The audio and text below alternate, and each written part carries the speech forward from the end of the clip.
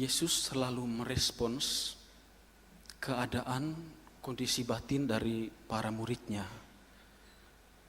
Memang saat Yesus disalibkan, tadi dalam kisah Injil diperdengarkan dengan jelas bahwa para murid itu takut sekali sampai mereka mengurung diri di dalam satu ruangan, saking takutnya.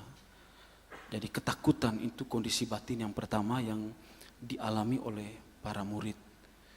Juga kondisi batin yang berikutnya itu disampaikan tadi dalam kisah para rasul, ya, bagaimana ya para murid yang ramai-ramai berkumpul, kemudian ya mereka masih dalam keadaan ragu-ragu tentang siapa sebenarnya Mesias, ya. Dan kalau memang Mesias adalah Tuhan Yesus yang bersama-sama dengan mereka, kapan dan bagaimana mereka harus mewartakan tentang Yesus itu? Itu kondisi batin yang kedua, keraguan-raguan. Kemudian kondisi batin yang ketiga, mereka itu tidak punya keberanian, ya, karena tidak berpengharapan.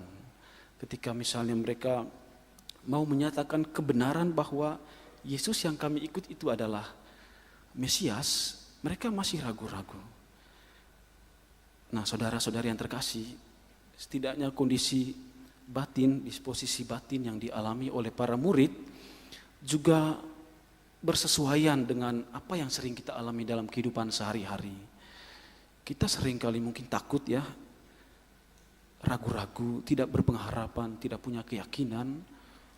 Itu bukan tanpa sebab, barangkali karena banyaknya problem hidup yang kita alami, entah karena kesulitan dalam hal relasi sosial, kesulitan ekonomi juga, kesulitan dalam hal penghayatan iman, dan seringkali problem-problem seperti ini membuat kita kemudian ragu-ragu, ya, tidak yakin dan bisa saja kehilangan harapan. Nah, apa yang tadi disampaikan oleh penginjil Yohanes dalam bacaan Injil, bahwa Yesus sendiri yang mengembuskan Roh Kudus ke dalam hati para murid itu. Roh Kudus itu bahkan seperti nafas Allah, begitu, ya, untuk membuat para murid ini kemudian berani dan juga tidak takut untuk menghadapi segala tantangan. Tadi dikatakan bahwa mereka berhadapan dengan para pemuka Yahudi dan mereka takut. Tetapi dengan nafas Allah tadi, hembusan Roh Kudus dari mulut Allah, mereka kemudian menjadi berani.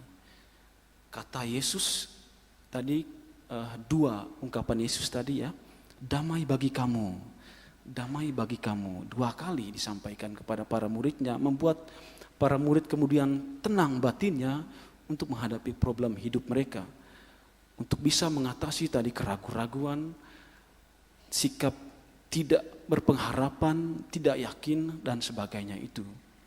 Betul bahwa kesulitan-kesulitan hidup itu seringkali membelenggu kita manusia, tetapi kalau orang punya pengharapan, punya iman yang teguh dan kuat, dia akan dikuatkan untuk menghadapi problem itu. Barangkali mungkin doa-doa kita selama ini tidak bisa, tampaknya tidak mengubah kehendak Tuhan, tetapi bahwa doa-doa yang kita ungkapkan itu bisa mengubah diri kita sendiri.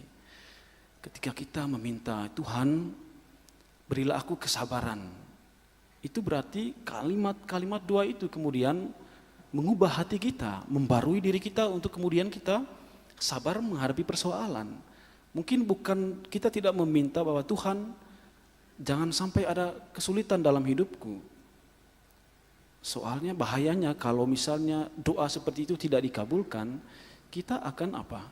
Ya mungkin kita ngambek, ya, dan sampai lari dari Tuhan. Ya ternyata doa saya tidak dikabulkan. Tetapi beda kalau kita berdoa supaya kita diberi kekuatan, kesabaran untuk menghadapi persoalan itu berarti doa itu mengubah pribadi kita. Bapak Ibu saudara-saudari yang terkasih, menarik bahwa Paus Fransiskus, ya, menitipkan doa kepada Roh Kudus. Sederhana sekali, dia hanya bilang, seandainya kamu punya kesulitan hidup, ungkapkanlah satu kalimat ini, katanya, Roh Kudus datanglah Itu saja. Jadi sederhana. Roh Kudus datanglah, Roh Kudus datanglah. Artinya di balik kalimat itu kemudian ada ruang harapan, ya. Membuat kita tidak terkungkung, terbelenggu dalam keraguan-raguan tadi, dalam sikap tidak yakin tadi. Dengan meminta bantuan Roh Kudus, kita sedang membina diri kita supaya bersabar, bertekun terus dalam iman kita, dalam keyakinan kita. Amin Bapak Ibu.